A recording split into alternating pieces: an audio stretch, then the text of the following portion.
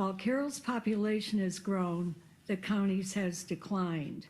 The county reached its highest population. This is from the 2024 county comp plan. So the county's highest population was 24,431 in 60. It steadily declined to 20,760 in 20. In contrast, the Carroll's population was 7,682 in 1960. It has steadily increased to a high of 10,321 in 2020. Their comp plan uses 2020 U.S. Census Bureau data, so that's why it is giving the 2020. Okay, the rural population has also declined to 20.5% of the county's total. The combined populations of the county's 13 cities is 16,510. Carroll's population equals 63% of the 13 cities total. Between 2010 and 2020, Carroll created 71% of the county's new housing units. Only 4 of the county's 13 cities increased their housing units during this time. Arcadia 16, Breda 8, Manning 28, Carroll 127, that's 71%. By retaining the 2-mile limit, the county would also be acting on its 2024 comprehensive plan housing goals, and I've quoted their comprehensive plan. Encourage cities with the development of new housing projects, provide assistance when applicable to city development projects, continue to partner with and encourage cities for growth opportunities. Their comp plan also shows the Carroll County cities inflow-outflow information that reveals the number employed in Carroll but live outside the city is 3,232. Because of its strong growing economy, Carroll is providing jobs to county residents and beyond. The following is from the City of Carroll regarding Carroll County's revenue from the city's taxpayers. For fiscal year 2023 and 24, the county share of the city's property tax bill allocation was 17.7%. From fiscal year 21 to fiscal year 25, the county's revenue from city property taxes averaged $2,333,000. And again, that's from the city. Some have argued that without the full 2-mile area, Carroll will still be able to expand through annexation. If blocked by large wind and solar farms or animal confinements, expansion will become very limited or impossible. All these structures keep getting larger, which means they require much more space and are more visible, creating nuisance and quality of life issues and may impact property values. The 2-mile area creates a buffer from these. In 2015, and this is from the county comp plan, in 2015, a wind farm with 9 turbines was built on 1,100 acres in the county. Carroll City Council voted not to rezone the 2-mile area to allow industrial turbines for fear of blocking Carroll's ability to expand long-term. This policy needs to continue because the wind turbines have gotten so much larger and taller since 2015. Solar farms such as Mid-American Energy's recent 700-acre solar project in Webster County should be built outside the 2-mile area. Regarding animal confinements, in 2022, the Iowa Supreme Court restored, quote, statutory immunity from nuisance lawsuits for many animal feeding operations. That comes from the Iowa State University Center for Ag Law and Taxation. Given the court's decision and the DNR's separation distances for animal confinements, which I've included with this packet, a 1 mile limit would be disastrous for Carroll's long-term growth. The DNR chart shows the minimum separation distances from residences, businesses, churches, schools, and public use areas range from just under a quarter mile to a little beyond a half mile in incorporated, unincorporated, and areas based on capacity. Carroll's future land use map, which is in our comprehensive plan, shows plans for residential growth contiguous to residential zoning to maintain the coherency in the city limits. Will developers go elsewhere without the 2 mile buffer and the threats of the nuisance, quality of life, etc.? What about the Kethy land? They bought that land with the 2 mile buffer. Okay, Carroll's future land use map it shows the residential development to the north, the east, the southeast, and southwest. And for 40 years, I do maintain, I think we can work together because the 2 mile area has benefited both of us for the 40 years, and data proves, I just proved it, when Carroll grows, the county grows. Can I say something? We're really just here for a work session this evening, so. Anyone else on the council have a comment? Carroll, like, this data does make a lot of sense, and I appreciate you spending the time on it. Unfortunately, this agreement that we're in is not a 5149 agreement. 5149 agreement, right? That would be awesome if it was, because then we'd have some type of control. Unfortunately, in this agreement, 50% of the party does not agree and feels like the 2 miles is over governance. And they've kind of come to us with an option of complete abolishment, which is a quarter mile, or some of them have said, we take the mile. So I view it as if it's the 50% negotiation. Unfortunately, that's just the way that it is. If we don't take the action, I look at it as I'm gaining 3/4 of a mile by taking it down to a mile instead of 2 miles, and then just going nuclear and saying, I don't want it. I guess, how would you address that aspect of it? Is that we're in agreement, it's a 50-50 agreement, you know what I mean? And I understand that you see one side, but there is the other side of the coin, you know? I mean, would you rather have it go to a quarter mile, or would you rather maintain a mile? I want to maintain the 2 miles per the data that I just gave you. And if this was a 51, I appreciate yeah, but if this was a 51-49 agreement, I would be all for it. Unfortunately, that this is a 50-50 agreement where 50% of the people don't agree with what you're showing.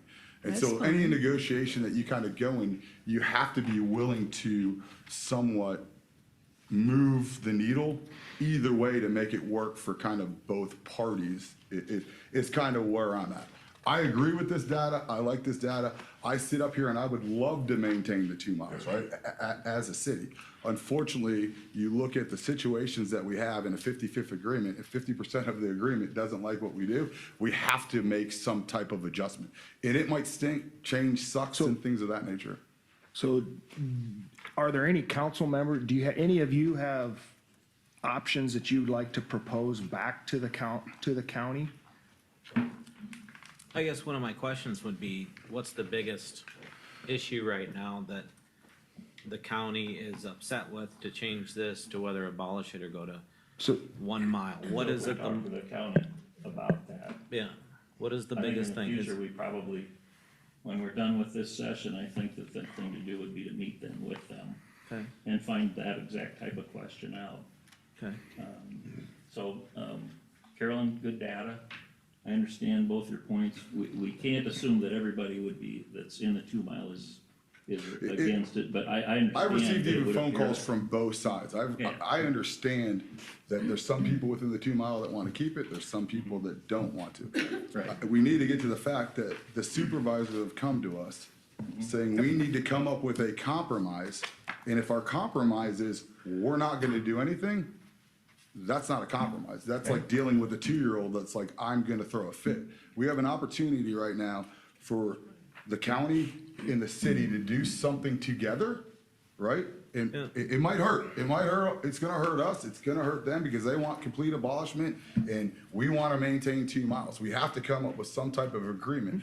And that shows good faith in government. You know, government is, these people feel like, oh, okay, our voices was heard and things of that. That's just good faith in government. Or we can just continue to have these two separate sides where we're at 2 miles, we don't want 2 miles. So your suggestion, I'm sorry, but Go your ahead. suggestion for now would be, that would be what you would suggest is just changing that to 1 mile? And that would be it? I would probably, if that's what they want. I mean, I guess they haven't specifically Well, we'll told us find out what they as well. want. If they want, and maybe it's, I don't know, maybe only they want 3/4 of a mile taken away. I don't know, you know what I mean? But Okay, I well, would that's rather, good. yeah, so. It's good to find out. And- So, yes. And, anybody else on the council? I got one more thing, Laura, so like the fees that are incurred during this whole thing with the inspections and everything that has to happen, that obviously, that's upsetting to some people too, that they have to be inspected. What does that cost? So, I think the county provided us, I forget what size of house that was, Carolyn, what size of house was that? Do you remember? Is it like a $200,000 house for the building permit difference in fees? I can't remember. For the county, Oh, the building permit that we allowed for the exemption? well, no, the county charges $50 for a building permit. And then it was an example of our fee for a comparable house was $500,000 house? Okay. So a $500,000 house, comparable house, the county would pay, they would pay a $50 fee. Plus, I think it's $150 for an electrical inspection. For us in town, it's $1,400 and some dollars. Now, that includes our structural inspection, it includes our mechanical inspection, our plumbing and footings, yeah. So So in that 2 mile radius, we would charge that? we would, for a residential house, we'd end up charging $1,400 rather than the $200 that the county would charge. If it was outside of the 2 mile. If it was outside the 2 mile, correct. So there's a discrepancy there. Huge. Yeah. And I'll say, I've talked to most of the supervisors, and this is where this kind of comes from. Most of the supervisors are agreeing that 2 mile is too big. And so we have to kind of change our mind frame. And I suggest that all you guys call the supervisors and kind of see where they're at before you kind of make a decision. Because there are a lot of facts, but when it comes down to dealing with people in interacting in business or negotiations, there is a flip coin to that. And most of them do not like the 2 miles. It seems like they're trying to work with us. And even though some of their constituents may want complete abolishment of it, I think that they do see some value in it, but they also have to, you know what I mean?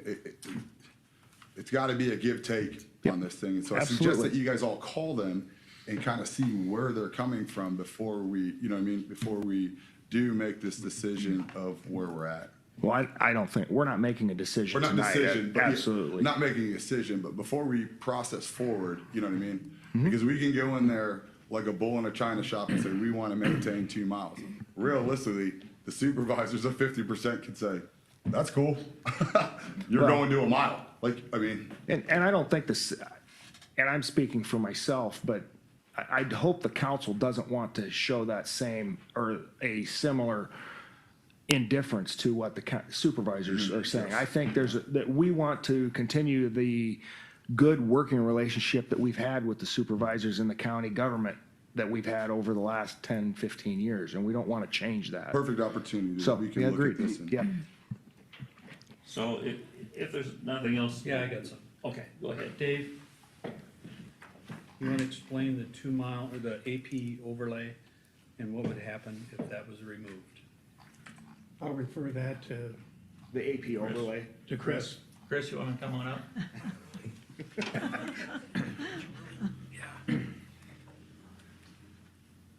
Chris Whitaker, I'm the local assistance director with Region 12 Council of Governments. And again, as the local cog, we're not pro-city, pro-county. We're here to be a resource for both and have offered really that assistance to both entities. So the AP overlay district. Kind of to the northeast of the Yep, city. it was the northeast of the city and was really, was created back in, I believe, 2014 when the city updated their comprehensive plan and then the zoning ordinances. That overlay district left the underlying districts in place. So if it was zoned ag, it was zoned ag. If there was some residential districts in there, they were still zoned residential. What that overlay district did was create a minimum lot size of 20 acres. So if you wanted to subdivide or build something in that A1 or A2 district in that northeast quadrant up along Noble, Griffith, in that direction, there would have to be a minimum 20 acre lot size. So really, And when, do you know what year that was or not? Jerry, Were yeah. you here at the time? Oh, yes, I was here. I believe it was between 2010 and 2014, and whenever the zoning ordinance was updated, so. I'm just curious. Yeah. And it was really, it was designed when Noble Griffith was paved, really to ideally lessen the, what was gonna be, I think, maybe some perceived demand of those rural estate developments along that new pavement. Kind of like you've seen on the Rendering Works Road. Forgive me for not knowing every street number, or county road number, but the Noble Griffith, because that was a gravel road from, I believe, 18th Street north or 30th Street there for the next 3 or 4 miles. Did it, if you want my opinion, did it work? Probably not in practice as well as it did on paper. And because, I just don't think it did. Yeah. did it help you there? Well, I was just questioning if we did go back to a mile, should we stay with the AP overlay on the mile or remove it also? Is a question I'd have. Laverne, to be honest with you, that's one of those points that I think is a good, is a point of compromise, that I think that AP overlay district could probably be removed. I really don't know how effective that was. Because that was a long discussed, implementation at the time.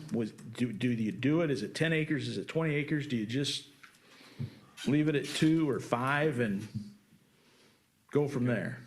Because at some point, you're gonna trigger the minor or major subdivision after so many splits in a 40-acre parcel or section.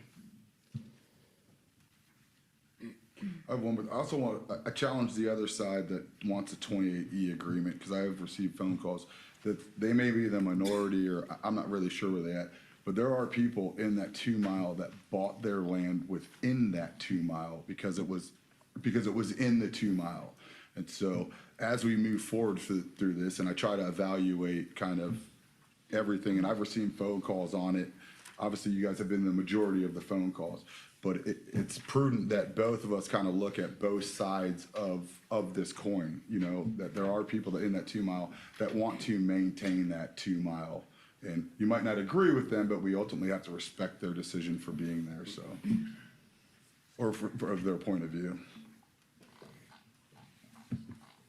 So one of the other things that has come to me is some of the people that live in the 2 mile may not understand the consequences if it's eliminated, or the mile.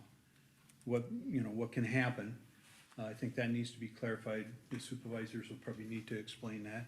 And the people that live within the city limits, next to the city limits, or so all the way around the city, has there been any contact with them to find out how they feel? We know how the people that live in the 2 mile area feel, but the people that might be affected if it goes to a 1/4 mile, what do they feel? You know, before we make some major move like that, I feel like those people need to be contacted to get some feelings from them.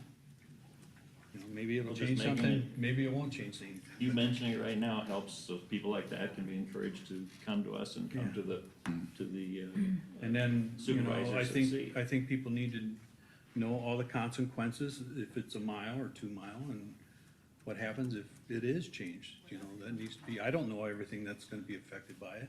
To keep it neutral, they should also know the positives, so we're not just gonna be negative, Right. you know, Yeah, I the get it. negative and the positive, so.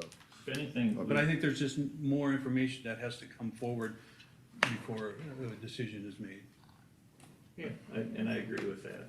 And I do want people to understand that this council has no bone to pick here. We're not against anybody in this thing. We're just trying to make a good rational decision, as are the supervisors that have approached us in the past. And I think we've probably heard as much as we need to hear tonight, from us, unless there's any more questions at all. I don't wanna leave anything on the table, but I think, go ahead. Excuse me, yeah, I just remember Mike brought up a point, and he mentioned the permitting process was arbitrary. I went back and watched the video twice of our meeting, and I appreciated that because I've had some people ask me about the permitting process, and Mike said that the building official is picking and choosing what is built in the 2-mile area, and that really isn't right. Nobody would want that to happen. And so then I went and I wondered, and he said, I remember he said, well, you're forcing people to not be totally upfront on their building permits. So I went to our city building code, chapter 155, and there is, and I don't know if it's well-known or, you know, the people that have had problems didn't realize that and this is, the whole permitting process is laid out in the building code, and 15507, permits required. 15506, there is a building permit, building code board of appeals group, and you have to be qualified and be in the building trades to be one of the 5 members. So if people don't know that, it does exist in our building code, and then it further lays out everything about filling out your permits, the whole permitting process. So I think it would be good, you know, maybe we need to advertise it more. It's listed under the city's boards and commissions, and it lays out, and it says under powers, and that's why I'm glad Mike brought this up. The board shall have the power to hear and decide appeals where it is alleged there is an error in any order, requirement, decision, or determination made by the building official. So there is a route for if you're having problems, there is that Building Code Board of Appeals. And I looked up, we have a board, some are coming up in a few years, but Nick Bading is on it, Marty Steffet, other people in the building trades. So that is available. I got one more question. There was a question about the legality of it coming from me and Tom had talked about it before, the legality of the 28E agreement is, did we ever solve that?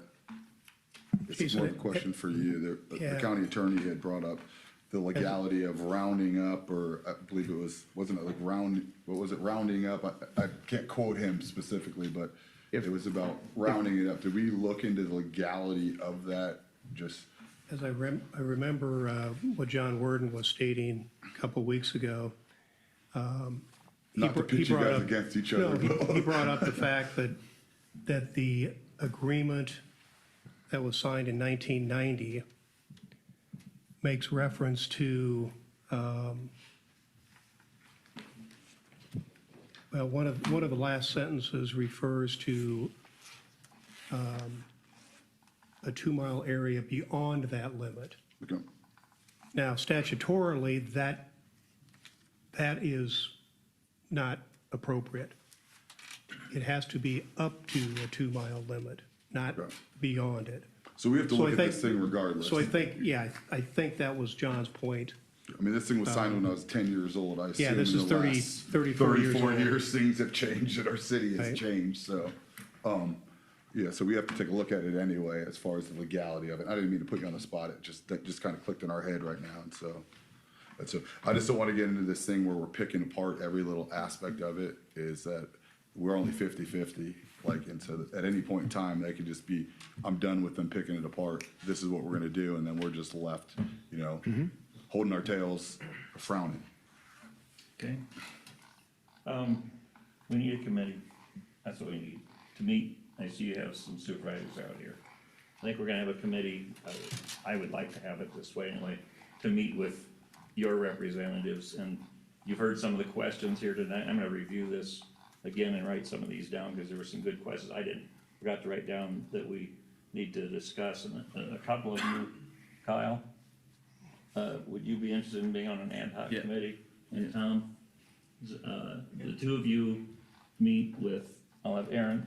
Yep, I'll set up a meeting Okay. with, I think it'll be, last conversation was with Mike and Stephanie. Right. And If we'll it's set the up a same, meeting. that's fine. I think we might drag Chris in with us just for fun. That's all right. And then we'll go from there. So you got some questions tonight and, Chris, I do have one question. Regardless of how this change is done, they're still gonna have to go through this same zoning process that they would today. Kyle, as far as,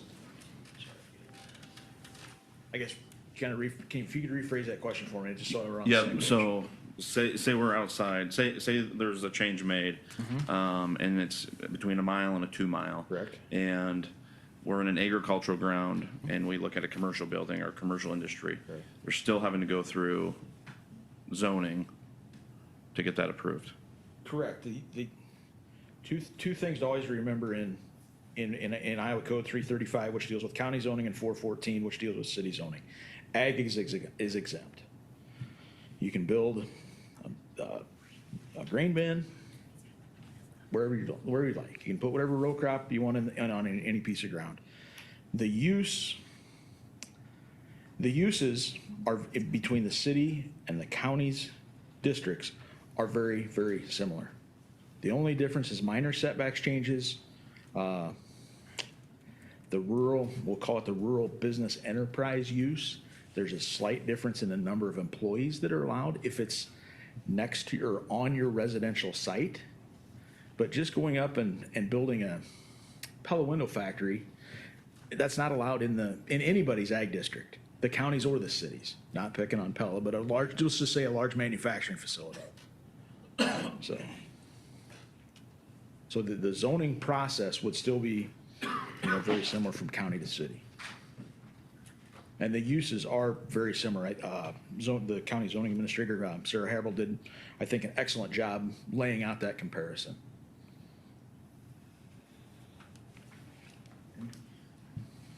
so we'll have you two, Aaron, you will get Set it together up. with the supervisors to, meet, assuming you're willing to do that, and, Yep. let us know a time, and then I would encourage people to, especially in that 2 mile zone, as Laverne brought up, to, bring any concerns to us straight to the council.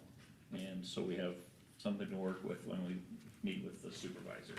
Comprehensive plan wise, is that something you have to look at doing a new comprehensive plan We, later, That takes years. later on? I mean, it's in well, there. we are due for one anyway. Yep. But yeah, we'll have to do one in the near future. I'm sure Chris is When was our looking last forward to comprehensive plan? 2013. Yes, okay. So yeah, about every 10 years, they really want to look at a new one, but I've seen comp plans that were dated back in the 1970s that haven't been reviewed, so. So, yes, we still need to review them. I guess one thing I'd like to look at before we go is when you got the city limits, then you got 1 mile and you got 2 miles. How much land is expanded into the 1 mile radius that we've had to encroach on? How much bigger has it gotten since we started this 2 mile rule?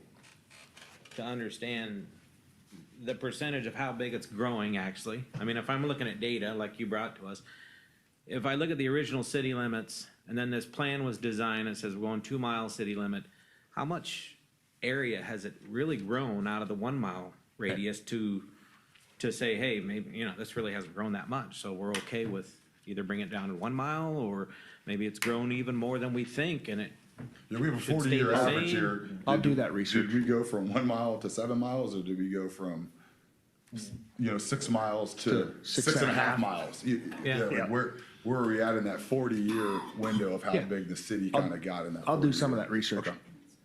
And because Stephanie came up, she said I don't want to quote it. It was about safety. And a lot of times when I think about these processes and what we're doing is safety wise. And I really don't want to see us to shorten this down and then people throw something up and somebody gets hurt. I mean, I get the electrical part, but you still got plumbing, you got everything else for the safety factors. Whether the fees are a big deal, we can all agree on something, but I don't know. I really don't want anybody to get hurt over the whole deal either. Scott, I see you flashing papers. Do you have, The fees will obviously be something you will address. Yeah. Okay? Scott? you flashing papers over there? Do you? No, he wanted to know, I'm gonna bring it up afterwards. I've got a picture aerial shot of 1950 versus today. Oh, Okay. Is that when it was designed? No. The 2 mile thing, when did that start? Is No, what that you're was in the saying? 1980s and 90s, so it's I'm just 84. curious.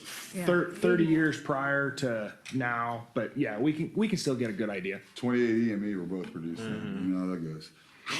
Maybe. All right. I was All right. 10. That's it. I would look for a motion to adjourn. So So moved. move. Ooh, second. got it. Sorry. Tom got I'm me. back. Jason, second. Roll call vote, please. Dirk? Yes. Bauer? Yes. Seaman? Yep. Cornero? Yes. Appleton? Yes. You're adjourned.